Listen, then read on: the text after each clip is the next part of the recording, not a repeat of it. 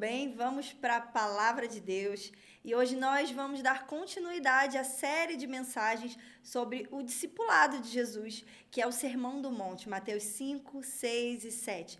Nós já aprendemos tanto nessa série e hoje nós vamos aprender um pouquinho mais com as palavras de Jesus e a gente vai se ater a dois temas importantes dentro desse sermão, que diz respeito às preocupações da vida e ao hábito de julgar os outros.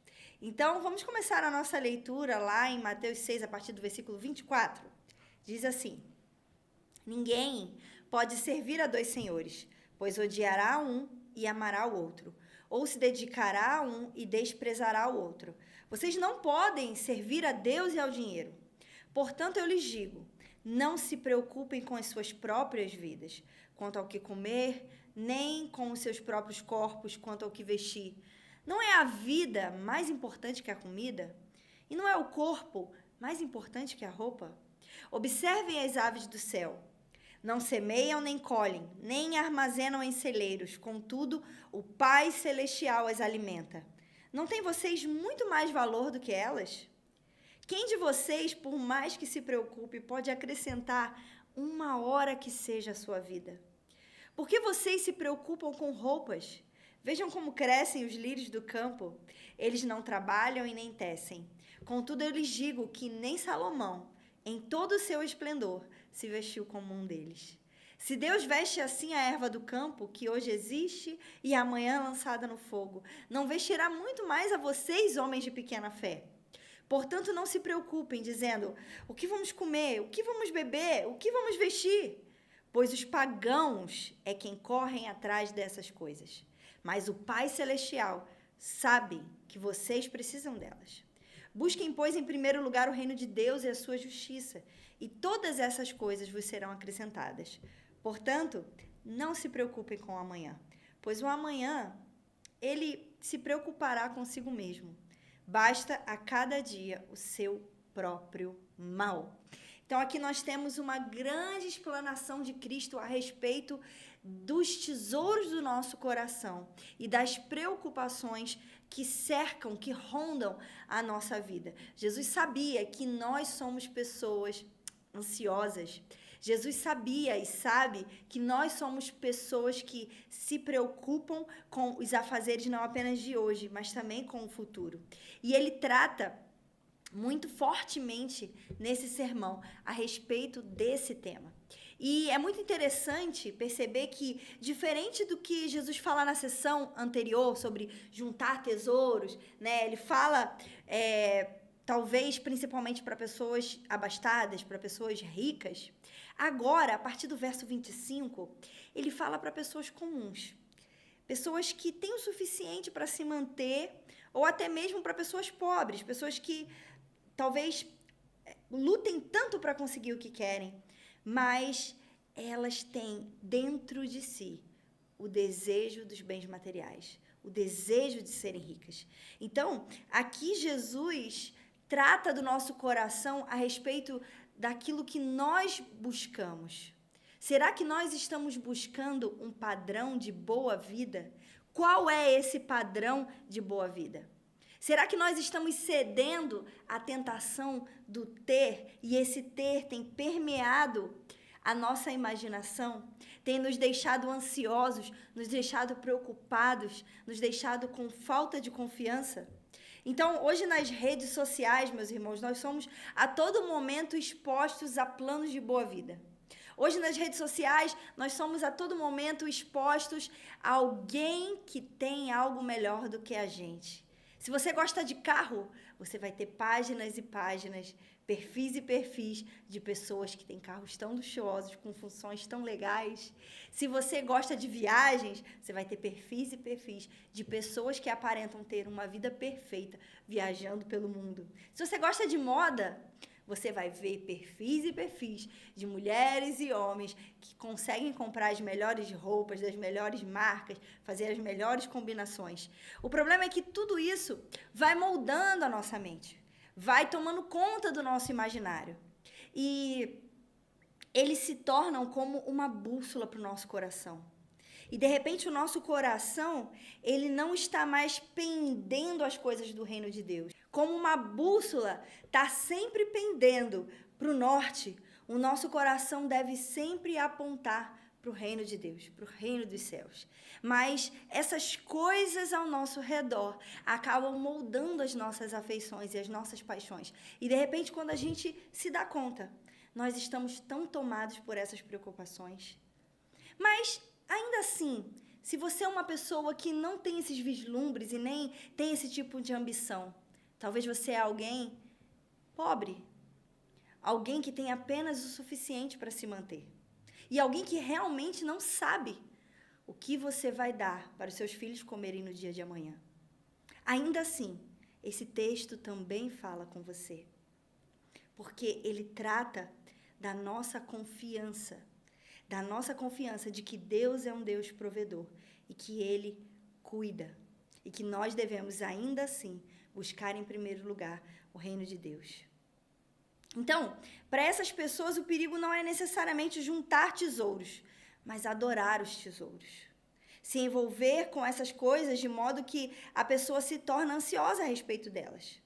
Como eu já disse, carro, roupas, viagens, todos esses tipos de coisas que nós temos na nossa vida. Mas é muito interessante porque Jesus continua falando nesse texto e ele repete 4 ou 5 vezes a palavra preocupação. Olha isso aqui no texto. Quem de vocês, por mais que se preocupe, pode acrescentar 1 hora que seja a sua vida? Porque vocês se preocupam com roupas? E depois ele vai falar mais à frente, no versículo 31.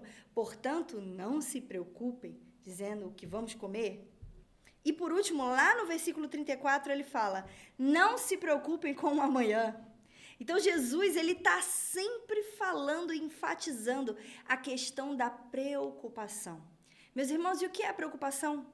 É ocupar a nossa mente com coisas.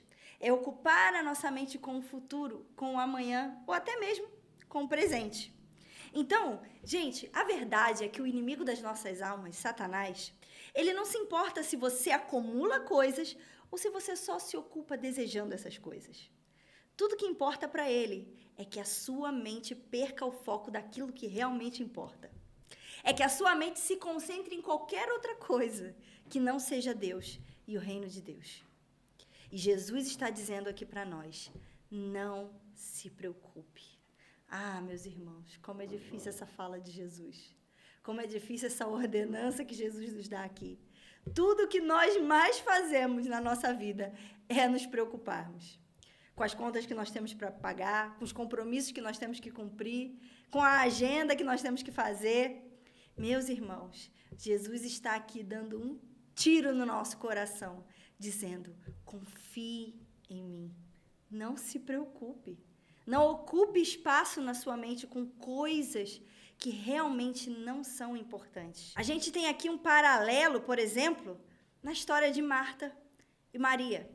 Você sabe, você conhece muito bem a história. Marta estava tão atarefada, a Bíblia fala que ela andava preocupada, distraída com os seus afazeres, enquanto Jesus, o Filho de Deus, estava na sala. E Maria não. Maria não se deixou ser distraída. Ela estava com foco naquilo que era o principal, a presença de Jesus. Mas Marta andava distraída. E o que Jesus fala para Marta e Maria? Que Maria escolheu a boa parte. E essa não seria tirada. Então, muitas vezes no nosso dia a dia nós somos como Marta. Estamos distraídos, preocupados com os afazeres, com coisas boas até. Mas Jesus está dizendo para nós aqui no Sermão do Monte, o reino de Deus e a sua justiça bastam. Se preocupe com as minhas coisas, que eu vou cuidar das tuas coisas. Irmãos, eu tenho vivido isso nesses dias. Vocês sabem que há pouco tempo nós nos mudamos para Bragança Paulista, mais ou menos 1 ano atrás, e foi um período de muitas incertezas. E é muito interessante porque hoje é Dia das Mães, e nós tínhamos o sonho de ser pais, eu e Fábio. E durante 14 anos de casamento, nós sonhamos em ter um filho e simplesmente esse filho não vinha. E eu sempre orava ao Senhor, eu botava a mão na minha barriga e pedia um filho. E entrei na fila da adoção. Mas, com o passar dos anos e com o passar do tempo, eu confesso para vocês que várias vezes eu pensei, nossa, eu acho que esse dia não vai chegar. Será que esse dia não vai chegar para mim? E eu ficava ocupando a minha mente com as preocupações do amanhã. Então, eu quero dizer para você o seguinte, as preocupações elas podem até ser legítimas. Não é legítimo você querer constituir uma família tendo filhos? Mas ainda assim, são preocupações. E o que Jesus está falando para você hoje é o seguinte, só descansa. É meu, somente meu, todo o trabalho. E o teu trabalho é descansar em mim. Então, nós viemos para Bragança com muitas outras preocupações e a gente foi trabalhando na obra de Cristo, como a gente sempre fez a nossa vida toda. E no Dia das Mães do ano passado, eu escrevi um texto no Instagram, teve até muita repercussão, onde eu confessei que muitas vezes nós, que não temos filhos, sentimos inveja daquelas famílias que postam aquela foto, né, do comercial de margarina, todo Dia das Mães, Dia dos Pais, enfim. E eu abri ali o meu coração, sabe? Eu recebi tantos feedbacks de outras mulheres que falaram obrigado pela coragem de dizer isso. Realmente, a gente sempre pensa que esse dia nunca vai chegar. E no final do texto, eu dizia que a minha confiança estava no Senhor e que eu esperava o milagre do Senhor, não importa como ele viesse, mas eu confiava no Senhor. E desde aquele dia eu entreguei, sabe, essa situação nas mãos de Cristo.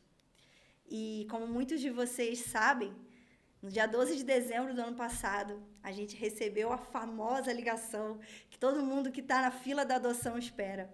E com essas palavras, a responsável ali do departamento do fórum falou pra gente, eu encontrei o seu filho. A gente chorou, a gente se emocionou.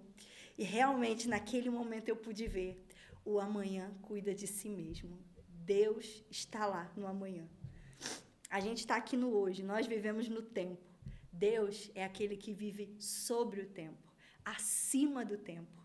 Ele está acima das estações. É como se... Você já viu aquele filme Clique? Que o Adam Sandler tem o controle e ele pode ir para o passado, para o presente, para o futuro, o tempo que ele quiser? Então, só que no final dá errado, né? Mas para Deus não dá errado. Ele tem o controle do passado, do presente e do futuro. Então, às vezes, a gente está se preocupando tanto com as coisas do presente, mas Deus já está lá no futuro. O que é seu já está reservado pelo seu Pai. Você só precisa crer e entregar. Então, não ocupe a sua mente com as coisas do futuro, porque o futuro a Deus pertence. Deus cuida de você. Então, muitas vezes, a nossa preocupação com o futuro é um sintoma da nossa falta de fé. Porque nós não cremos que Deus vai ser bom conosco.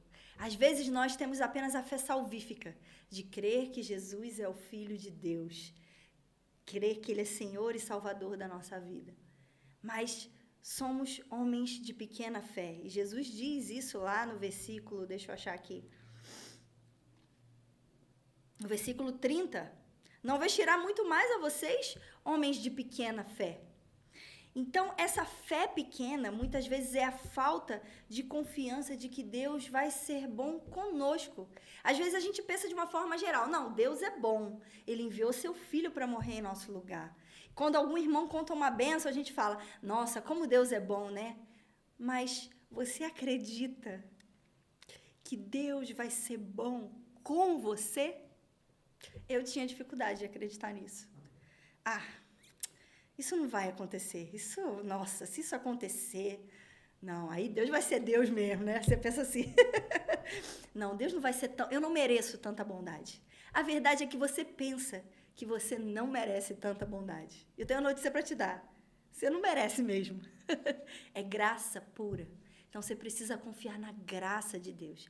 Essa graça, ela se derrama sobre você. Essa graça é escandalosa, porque você não merece, mas Deus faz muito mais do que aquilo que você espera. Talvez não do jeito que você esperava. Ele supera as suas expectativas. E, como eu costumo dizer, Tudo o que acontece na vida do crente é para levá-lo para mais perto de Deus. Então, se você está passando por alguma luta, essa luta é para te levar para mais perto de Deus. Se você recebeu uma bênção, essa bênção é para te levar para mais perto de Deus. Porque o objetivo de Deus com a tua vida não é te dar tudo o que você quer ou te julgar pelos seus erros. O objetivo de Deus com a tua vida, se você é filho de Deus, é te tornar mais parecido com Jesus. Então, como a gente faz para crescer nessa fé, para não ser homens de pequena fé? Acreditar na palavra de Deus, ler a palavra de Deus, entender que todas as bênçãos que estão ali são para você. Olha o que diz lá em Filipenses 4, do 6 ao 7. Então, é muito importante confiar que Deus vai prover o amanhã. Mas muitas pessoas pegam esse texto e dizem assim, nossa, eu então agora vou entregar e vou confiar. Porque Deus alimenta as aves, Deus veste as flores, os lírios, então Deus vai cuidar de mim. E tem muita gente que pega esse texto e vive como um hippie cristão. Vive como Timão e Pumba, Hakuna Matata. Viver a vida de qualquer forma, sem se dedicar a construir algo, porque, afinal de contas, Deus cuida de mim. Mas a verdade, meus irmãos, é que sim, Deus alimenta as aves. Mas Deus não coloca comida na boca das aves. Elas buscam alimento. E quando elas buscam, elas encontram. Então, não é uma espera passiva, mas é uma confiança ativa. É uma confiança ativa de que pela mão do seu trabalho, pelo suor do seu trabalho, você vai receber o seu sustento. Porque foi dessa maneira que Deus queria que o homem vivesse, através do suor do seu rosto. É muito interessante a bronca que a gente tem lá no livro de 2 Tessalonicenses 3,10, ele diz assim, se alguém não trabalhar, que não coma, pois ouvimos que alguns de vocês estão ociosos, não trabalham, mas andam se intrometendo na vida alheia, ou seja, quem não tem o que fazer, acaba se intrometendo na vida dos outros. Olha, isso acontecia aqui, gente, na época da Bíblia, imagina hoje, né? Tais pessoas ordenamos e exortamos no Senhor Jesus Cristo, que trabalhem tranquilamente e comam do seu próprio pão. Então, esse texto de não andar ansioso, que Deus vai cuidar de você, não significa que você não deve trabalhar, mas que você deve trabalhar crendo que quem te sustenta não é o seu salário do final do mês. Quem te sustenta não é o seu patrão, é o seu Senhor. E que Ele pode te dar muito mais do que você pensa ou do que você pede. Talvez você sonhe com algo agora. E não tem problema você sonhar em viver algo ou em ter algo. O problema é você fazer com que isso se torne um ídolo e ocupe os seus pensamentos. Mas eu quero dizer uma coisa para você. Entregue ao Senhor. Confie nele, porque Ele pode ser bom com você. Ele vai ser gracioso com a sua vida. Olha o que diz lá em Romanos 8,32. Aquele que nem mesmo a seu próprio filho poupou, antes o entregou por todos nós, como não nos dará também com ele todas as coisas? Muitos de nós cremos que Deus nos criou e que Deus nos deixou a nossa própria sorte. Deus deixou as coisas rolarem ao acaso. Mas Deus não é assim. Ele criou e Ele sustenta. Então, Ele te criou, Ele vai pagar a conta. Busca o reino dele em primeiro lugar e todas as coisas vão ser acrescentadas. Amém?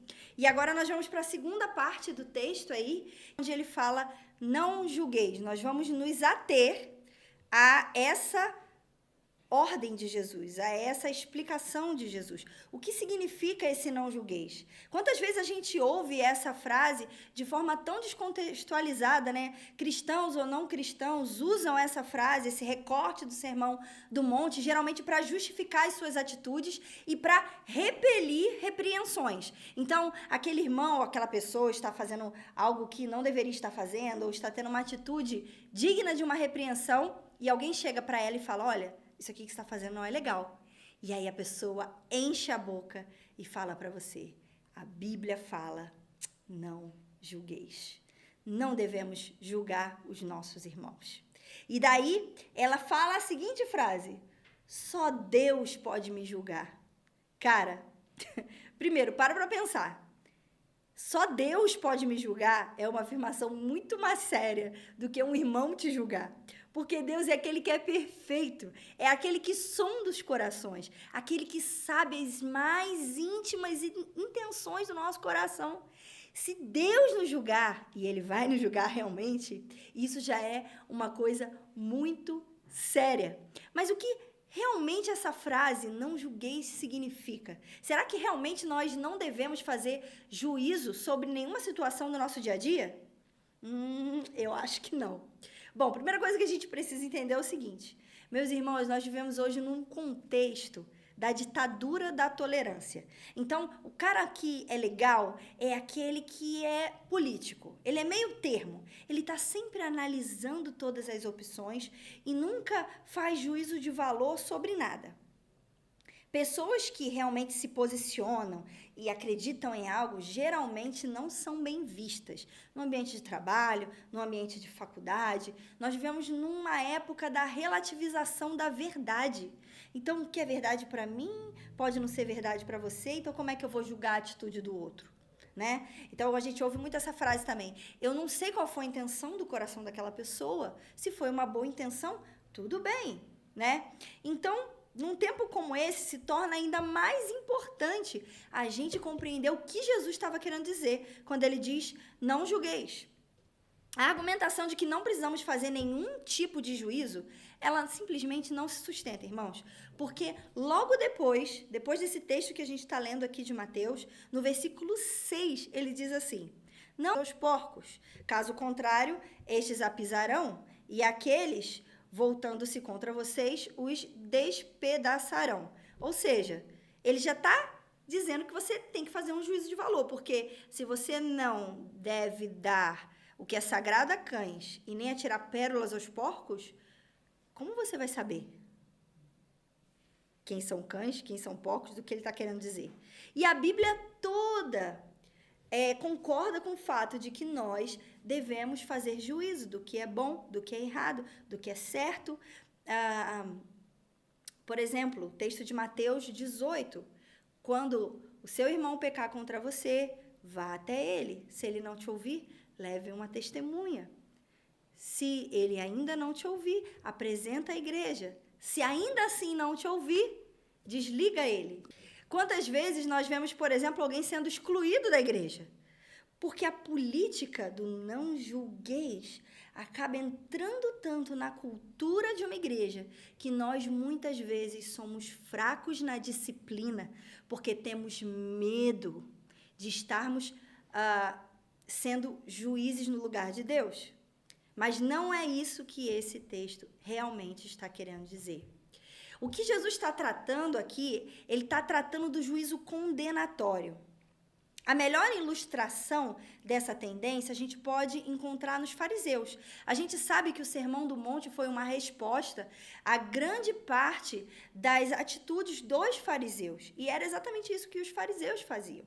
Eles achavam que tinham um controle sobre a vida das pessoas e tinham um poder de julgar de quem ia para o céu, quem ia para o inferno, o que a pessoa deveria fazer ou não. E esse julgar vem de uma atitude de justiça própria. Então, você precisa entender que o que Jesus está dizendo aqui é que você não deve julgar a partir da sua justiça própria. E agora eu vou falar rapidinho 10 coisas que você faz, ou que talvez você faça, que você pode estar sendo pego aqui nesse ensinamento de Jesus. Porque o Sermão do Monte, ele pega a gente toda hora, né? Então, vamos lá. Primeiro, sentimento de superioridade ao outro quando ele peca. Então, aquele irmão pecou numa área que não é o seu problema. Por exemplo, o irmão adulterou. Você não tem esse problema. Então, você se sente superior a ele. Afinal de contas, você não tem esse problema. Outra coisa, sentimento de que sempre estamos com a razão e não o outro. Então, você sempre tem os melhores argumentos, você sempre tem a razão, o seu ponto de vista doutrinário é sempre o melhor. Você está julgando aquele outro irmão. Terceiro, tendência à hipercrítica. Então, você é hipercrítico com tudo. Diferente da crítica autêntica, que jamais é meramente destrutiva, pelo contrário, ela é construtiva e ela consiste em apreciação. Então, você faz uma crítica, por exemplo, o crítico literário. Ele está criticando aquela obra porque, na verdade, ele aprecia aquela obra. Então, ele traz os pontos altos, os pontos baixos, os pontos negativos e positivos. Mas o cara que é hipercrítico, ele tem o prazer de criticar. Ele vai na igreja e nada tá bom. Ele critica o pastor, ele critica o diácono, ele critica a pregação, ele critica o louvor. É o famoso, eu falo mesmo. Esse irmão está caindo aqui nesse erro do não julgueis. Ele tem prazer em criticar tudo. É uma pessoa até meio azeda de você ficar do lado. Se você é assim, ou você conhece alguém assim, pensa aí. 4. Quando descobrimos que alguém de quem temos ciúme ou inveja caiu em algum erro e sentimos prazer nisso. Então, aquela pessoa que, na verdade, você acha que ela é melhor que você em algum ponto. Você sente ciúme ou inveja dela. E daí ela cai em pecado. E você sente prazer nisso. Claro que você nunca vai admitir. Mas lá no seu íntimo, você se sente superior a ela. Então, a gente já está infectado com essa condição que nos conduz ao espírito de julgamento. Quando nós descobrimos dentro do nosso íntimo esse tipo de sentimento. Ou aquela pessoa que fala assim, esse nunca me enganou. A pessoa está cheia de justiça própria, gente. Por exemplo, um cara cai em adultério, de novo, esse exemplo. E a pessoa fala, esse nunca me enganou. Isso aí que ele está falando deve ter mais. Traiu com uma, deve ter traído com 3, que não confessou ainda. Eu acho que ele nunca mais deveria estar no corpo de Cristo, deveria ser expulso. A pessoa está cheia de justiça própria. 6º ponto, quando desperdiçamos o nosso tempo expressando opiniões sobre pessoas... gente, esse aqui, pega todo mundo, olha só. Quando desperdiçamos o nosso tempo expressando opiniões sobre pessoas que não têm qualquer vínculo direto conosco. Essas pessoas não significam nada para nós, mas ainda assim a gente experimenta um prazer malicioso ao julgar as suas atitudes e difamá-la. Todo mundo, casamento de Sandy e Lucas acabou. E você fica lá vendo os sites de fofoca e conjecturando, né? E fazendo julgamentos da vida da pessoa sem saber de nenhum detalhe da vida dela. Você perde o seu tempo exercendo julgamentos que não diz respeito ao caráter de Cristo. Pare com isso agora imediatamente. Mas talvez pode não ser um artista.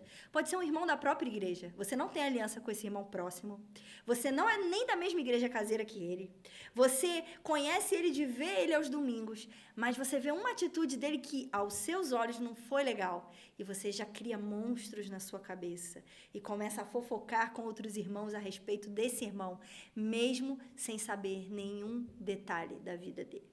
Né? A gente passa muito por isso, porque a gente às vezes vai a shopping, aeroporto, e às vezes as pessoas reconhecem a gente, né? Do Desascope, não sei o quê. E eu falo, eu falo pra Fábio, amor, eu não posso estar mal-humorada. Eu não posso brigar. Eu fico imaginando o Douglas, né?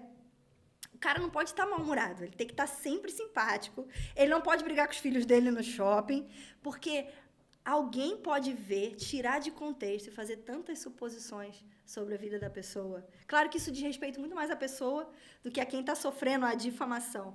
Mas, enfim, todo mundo comete esse tipo de erro aqui. Outro, fala mal, fazer juízo com base em preconceitos e não por princípios. Então, por opiniões que você tem formada, mas não necessariamente pela palavra de Deus. Outro, proferir julgamento sem antes ter consciência de todos os fatos. Então, até mesmo quando uma situação diz respeito a você está resolvendo aquele problema do irmão, você está ajudando o irmão. Mas isso é muito comum, por exemplo, em briga de casal. Você ouve a esposa e daí você vai com tudo para falar com o marido, sem antes ouvir a versão dele. Ou, o contrário, também é verdade. Então, você precisa ter todos os fatos antes de ajudar ali naquela situação. Um juiz no tribunal, ele precisa ter várias provas, vários fatos, para então tomar a decisão. 9. Não estar disposto a compreender as circunstâncias e nem aceitar justificativas. Se nega a exercer misericórdia. O justiceiro, aquele cheio de justiça própria. E por último, 10, proferir juízo final sobre as pessoas. Querer um tipo de poder que só Deus tem. Só Deus pode mandar alguém para o céu ou para o inferno, mas você quer ter esse poder. Esse ponto é bem ilustrado lá em Lucas 9, 52 a 55. Os discípulos de Jesus, eles não foram aceitos ali no povoado samaritano. O povo dali não recebeu eles. E ao verem isso, está descrito lá em Lucas 9, 52 a 55. No 54 diz assim: ao verem isso, os discípulos Tiago e João perguntaram: Senhor, você quer que a gente faça cair fogo do céu para destruí-los?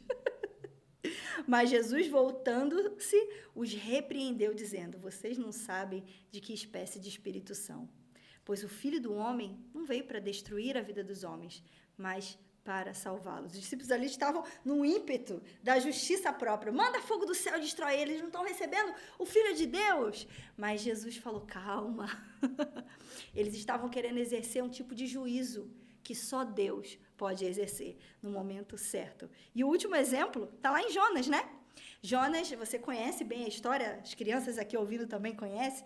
Jonas, ele se nega a pregar em Nínive e depois Deus derrama um juízo sobre ele. Ele fica lá dentro da barriga do peixe, é cuspido. E daí ele vai, prega em Nínive, a cidade se arrepende. Só que Jonas não estava esperando essa reação. Jonas estava esperando ser morto por aquelas pessoas. E daí, quando ele vê que a palavra surte efeito e a cidade se arrepende, ele fica bravo com Deus. Mas Deus, não era para você destruir essas pessoas? E agora como é que eu vou ficar? Como é que vai ficar a minha reputação? E Deus diz para Jonas: cara, você não entendeu nada. Eu sou misericordioso. E Deus teve misericórdia daquelas pessoas. Então, para pensar. Jonas era um profeta. Era alguém que andava com Deus. Mas, ainda assim, ele se pegou cometendo o erro, o pecado da justiça própria. Então, é disso que se trata o não julgueis. Não que você não possa discernir entre situações no seu dia a dia, no seu cotidiano. Mas que existe um papel que é do Senhor. E Ele é misericordioso. Amém? Então, eu queria orar com você para que essas palavras do Sermão do Monte entrassem no nosso coração. E se você percebeu que dentro de você existe alguma dissonância entre o que a Bíblia fala e a sua prática, que você agora encontre no seu coração um lugar de arrependimento e que nós possamos, como comunidade, crescer na vivência dessas coisas. Pai, em nome de Jesus, nós te agradecemos. Te agradecemos porque a tua palavra é como uma espada de 2 gumes, Senhor. Te agradecemos porque o Senhor sonda os nossos corações. E agora, Senhor, que o Senhor invada cada lar, cada casa com a tua presença e traga arrependimento no nosso coração se temos cometido algo contra a tua palavra, que é a verdade, Senhor. Nos limpa agora pela água da tua palavra. Nos limpa agora mesmo, Senhor. E que possamos viver uma vida reta, nos parecendo cada vez mais com Cristo. Em nome de Jesus. Amém. Que o Senhor abençoe o seu dia, que o Senhor abençoe o seu domingo, o seu Dia das Mães, o meu primeiro Dia das Mães como mãe, e que você viva esse dia em família, dando graças ao Senhor e agradecendo a Ele por tudo. Terminar falando Mateus 28, 18. E Jesus, aproximando-se deles, disse: toda autoridade me foi dada no céu e na terra, portanto, vão, façam discípulos de todas as nações, batizando-os em nome do Pai, do Filho e do Espírito Santo, e ensinando-os a guardar tudo que vos tenho ordenado. E eis que estou com vocês todos os dias até o fim dos tempos. Amém. Que Deus te abençoe.